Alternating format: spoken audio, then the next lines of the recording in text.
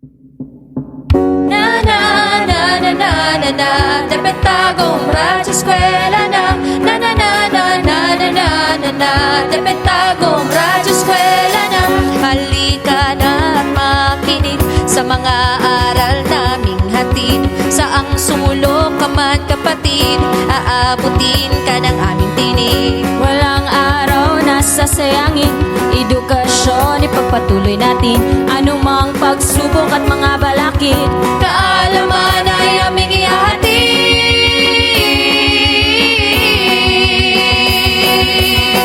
na na na na na na na. Dapat tagong radyo eskwela na. Na na na na na na na na.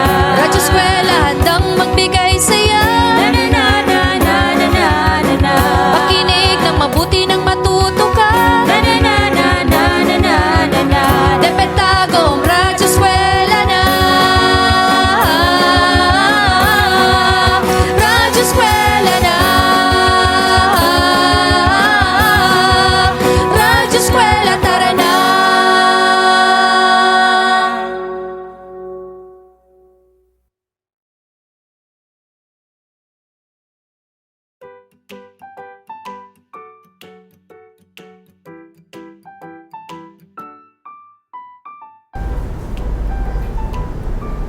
Hello, grade 6 learners. This is your school on the air, welcoming you to learn and enjoy the wonders of science. We are glad to be with you in this new normal journey of schooling through radio broadcast. I am your radio host, Ma'am ALLYN Campos from Apocon Elementary School. How are you, kids? We have fine weather here in the city of Tagum. So good to learn and enjoy new ideas. At this time, I invite you to go to a place you are comfortable with so you could listen easily to our radio broadcast. You may drink water first to energize your body. Come and join us as we take you to another journey in learning new ideas in Science 6. But before we proceed, let us look back of what we discussed last week. What was our topic? Amazing! Yes, our lesson was all about simple machines. And what are simple machines? Wow, you got it right. Yes, simple machines are basic mechanical devices for applying a force and doing work. These are 6 kinds of simple machines. These are levers, inclined plane, wedges, screws, wheel, and axle and pulleys. Last week, we discussed 2 simple machines. These are the levers and the inclined plane. Lever is a simple machine made of a rigid beam and a fulcrum. They have the effort, fulcrum, and the load. We have the 3 classes of levers. We have the first class, second class, and the third class levers. On the other hand, inclined planes have a slanting flat surface set at an angle against a surface. I think we are all set for our next topic for this day. Are you good now? At this moment, let's welcome your radio teacher for today. It's no other than Teacher NORLAND FAJARDO from Apocon Elementary School, Division of Tagum City. Hello there. A blessed morning to all of you, especially to our dear students. How are you today? I hope you are doing fine and great. Last week, we have discussed about simple machines. But before we proceed, let us be reminded of our objectives. And these are: first, define what are simple machines. Second, identify the different types of simple machines. Third, describe the uses and characteristics of different types of simple machines. As we have discussed last week, simple machine is a device with few, if any, moving parts that are used to modify and force to perform work. And the 6 simple machines are levers, inclined plane, wedge, screw, pulley, wheel and axle. Today, we will discuss another 2 kinds of simple machines, the screw and wedges. Screw. Screw is an inclined plane that is wrapped around a central bar.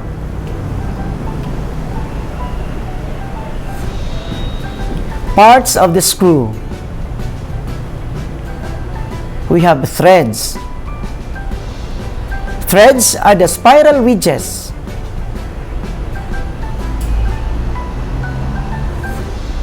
Next, we have pitch. Pitch is a space between the threads.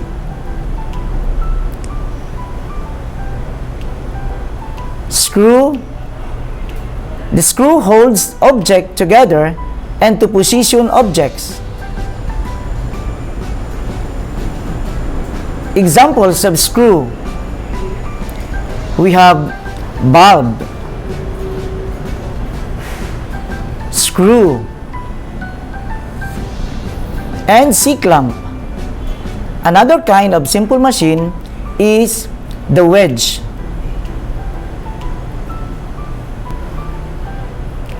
Wedge. Wedge is an inclined plane that changes the direction of an applied effort force.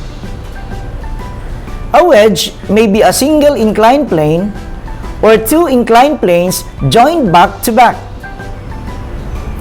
It can be used to separate 2 objects or portions of an object, lift an object, or hold an object in place. Examples of wedge. We have nail, axe, knife, and needle. That's right, kids. You know already what are the other kinds of simple machines. This time, be ready. Do the following activity. Directions. Read the characteristics in each item carefully. Write wedge or screw if the description fits to each of the choices. Number 1. It is a modified inclined plane. Wedge or screw. Again, it is a modified inclined plane. Wedge or screw. And the answer is screw. Number 2. It cut materials. Wedge or screw. Again, it cut materials. Wedge or screw. And the answer is wedge. Number 3. It has threads and pitches. Wedge or screw. Again, it has threads and pitches. Wedge or screw. And the answer is screw. Number 4. It separates things. Wedge or screw. Again, it separates things. Wedge or screw. And the answer is wedge. Number 5. It splits things apart. Wedge or screw. Again, it splits things apart. Wedge or screw. And the answer is wedge. Good job, kids. You are doing great. Did you get a perfect score? Wow, congratulations. Now, let us have a review.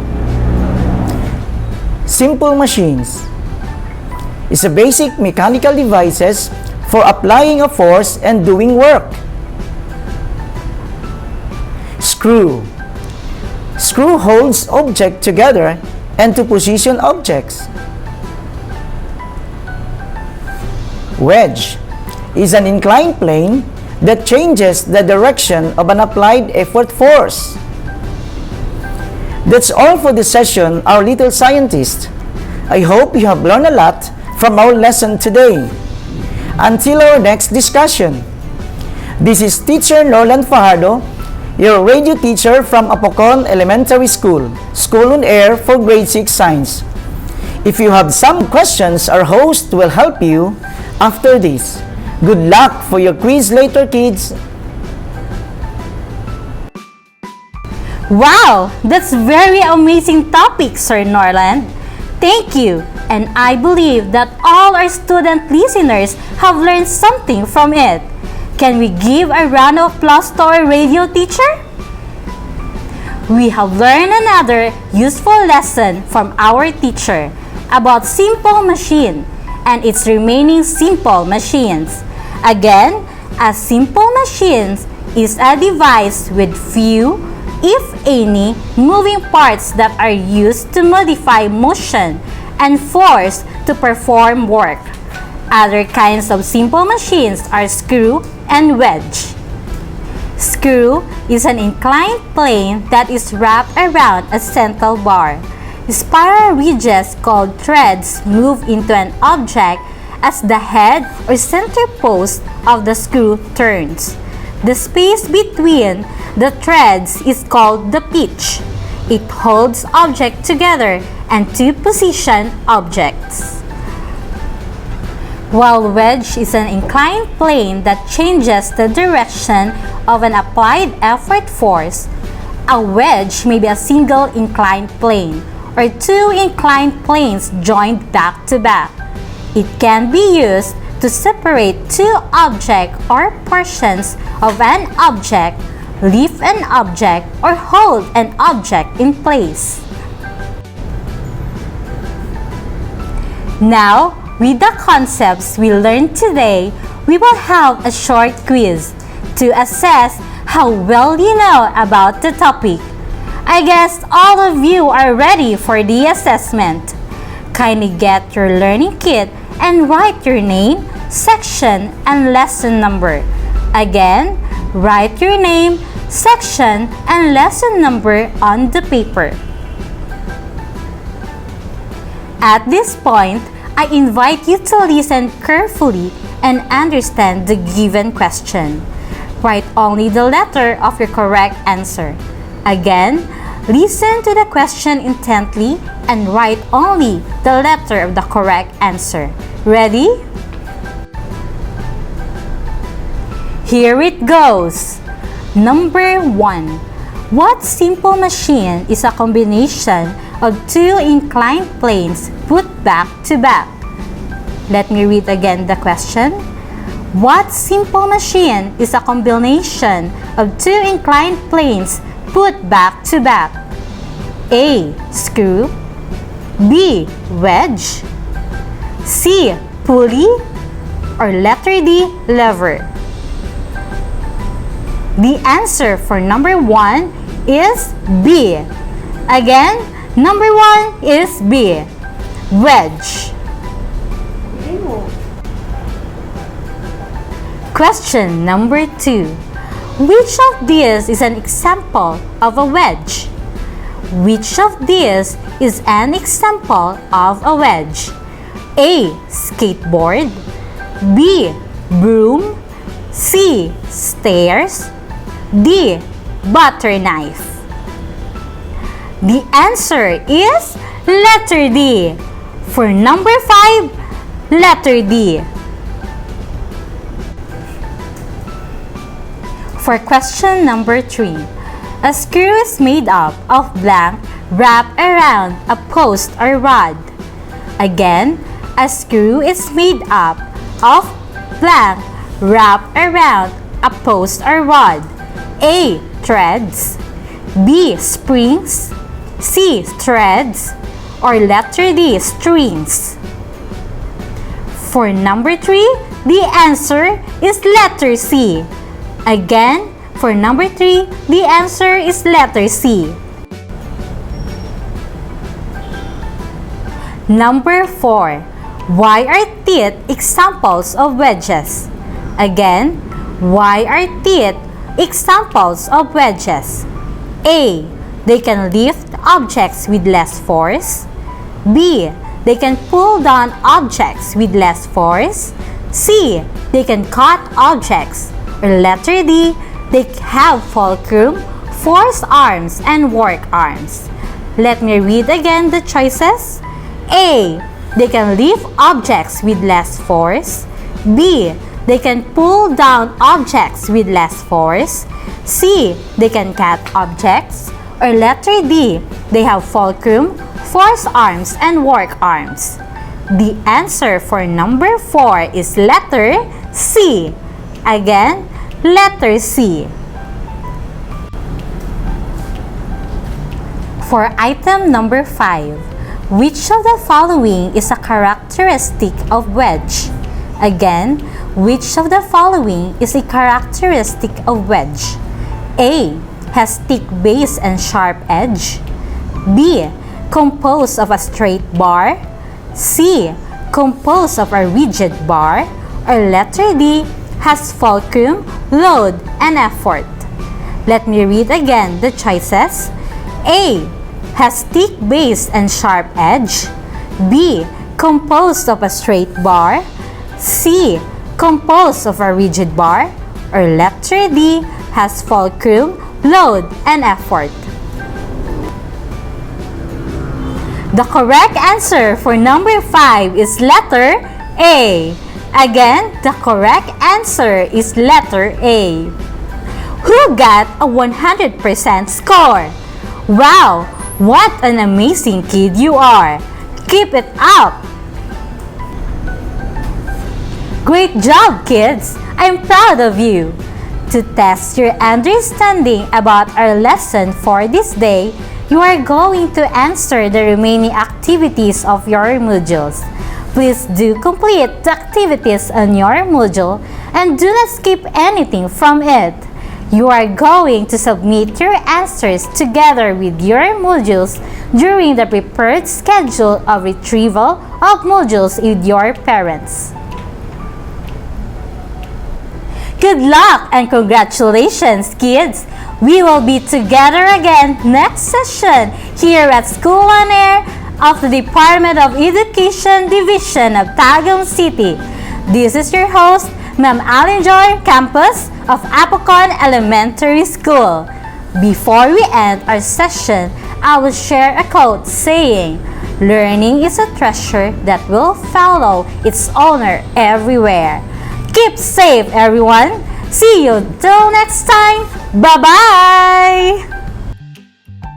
Makinig sa mga aral naming hatid, saang sulok ka man kapatid, aabutin